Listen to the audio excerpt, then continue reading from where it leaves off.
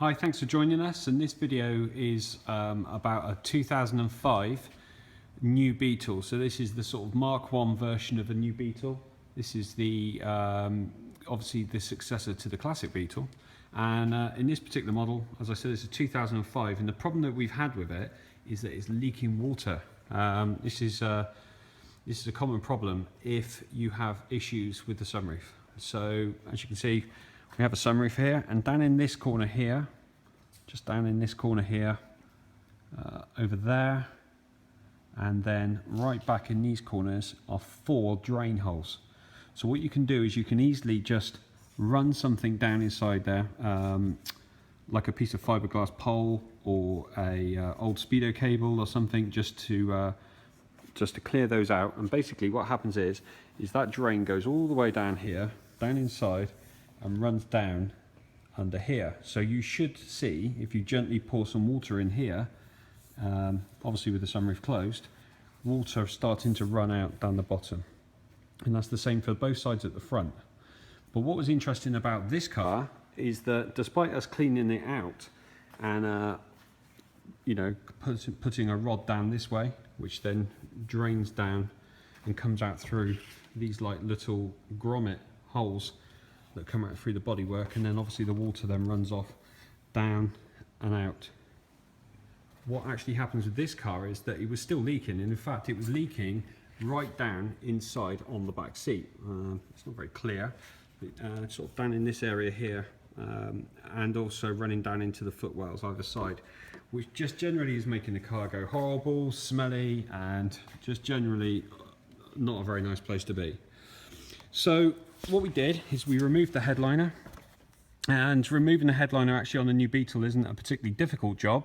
What you've got is over in sort of this area, you've got your handle, same on this side. You basically remove the mirror, and you basically kind of just pull that mirror down and sort of back towards yourself, undo all the electrical cables, and there's some clips up here for the sun visors either side. These ones here, they're actually particularly difficult to get out, and what I found is they've actually got a cover on top and then 2 screws underneath. So if you just put a screwdriver gently in this way and sort of bang it, what happens is the cover just flies off. So that's quite a useful little tip there. But getting back to the sunroof issue, is effectively what happens is on the outside of the vehicle, we can probably see it a little bit better, but there's this, the water will run and drain down into this U channel here, and the water is actually designed to run into the car, and that is a sort of a design feature. Now what happens is this U channel runs and it goes all the way into the rear of the vehicle, and it sort of comes out back here. But what was happening in our car is you have these little plastic pieces of junk basically, and what happens is these actually clip into the rear, so effectively they are here on the car. So the channel is here, it runs down, and then what we have is a little rubber grommet that pops onto the end of that, and then the water drains out the bottom of it. But what was happening in our car is that this mastic that Volkswagen have put on the bottom of it is just fell to pieces basically, and it stopped working. So the water is effectively coming down the channel, and instead of coming out of this hole here, it's actually just dripping straight out the bottom. So all we're going to do is we're just going to get ourselves some silicone, and we're just going to run a nice bead of silicone around that and then clip that back in place. So effectively the water then is forced to come out of this little hole here, and then in turn it sort of connects to this pipe, and then it will drain out the back of here at this sort of hole at the rear. It's always a good idea actually every year or so just to double check these drain holes.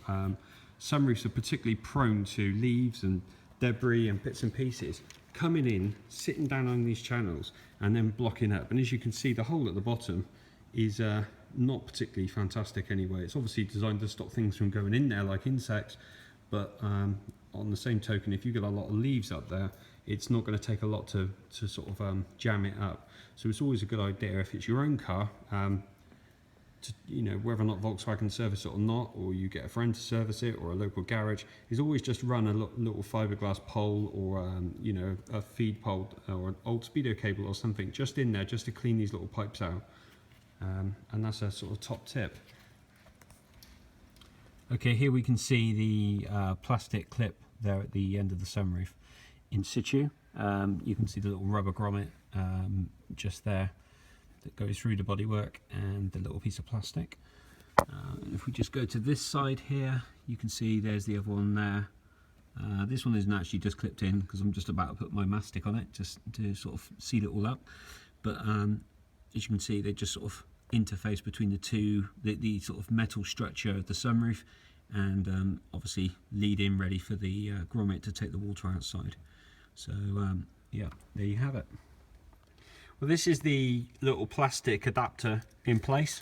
Now you can see what I've done here is I've just run some mastic. I don't know if you can just see that little sort of just around here. I'll show you how to do that in a minute. And I've also put some here. Volkswagen didn't put any in there, but I just thought, look, you know, I'm here, I don't want to take the whole headlining back out, so why don't I just do it all at the same time? So so that's one back in, and I'll show you how to do it. I'll take the other side out now. I'll show you exactly where to put the mastic and how to seal it up. Okay, so what we've got here, this is the clip on the other side, so I'm just going to show you how to get it out. So all I did here is I just put a screwdriver in here, just very gently. We don't want to snap these clips off, otherwise we're going to have to take a trip to the local dealer. But just lever it up a little bit and loosen the clip here, which is in the center, and there's another little clip here just around the back hiding. So just be careful you don't slip and smash into the roof, because you don't want a nasty little dent. But just a little bit of persuasion with a screwdriver should see it lift up off its mountings, and then you can just pull it forward. There we go. Just loosen it off its grommet, because that's the only thing holding it at the moment. Come on. And there we have it. So again, this clip, and there's another clip here. This one here, I don't really know what this does. It doesn't really seem to be a clip.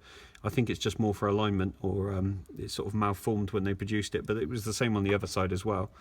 But as you can see here again, you can see the water ingress, where the water has literally just gone past this mastic, and down the side of it, it's just not doing anything at all. So again, as I said earlier, the water is just running along here and just straight out of here and straight down into the car.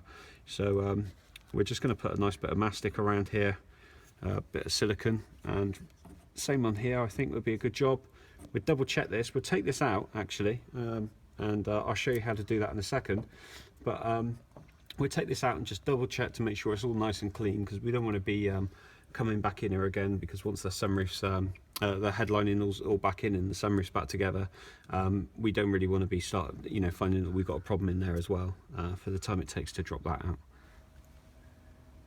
Okay, this is the other side of the grommet, so this is from the outside. Obviously we've got the tailgate and the open at the moment, so we're not going to try and scratch this bodywork, but just kind of, you know, gently put a little screwdriver in there just to hook it out gently.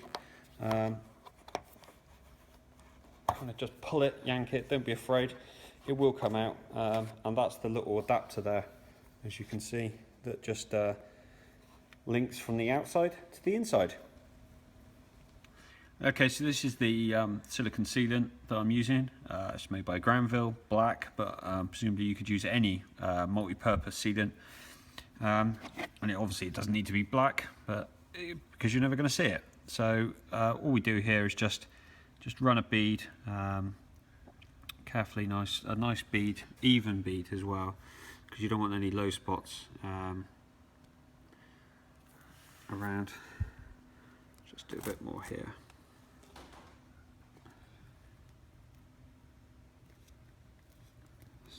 Problem with this stuff. Okay, so what I did is I did one there, and then I just went on the other side and I did the same again.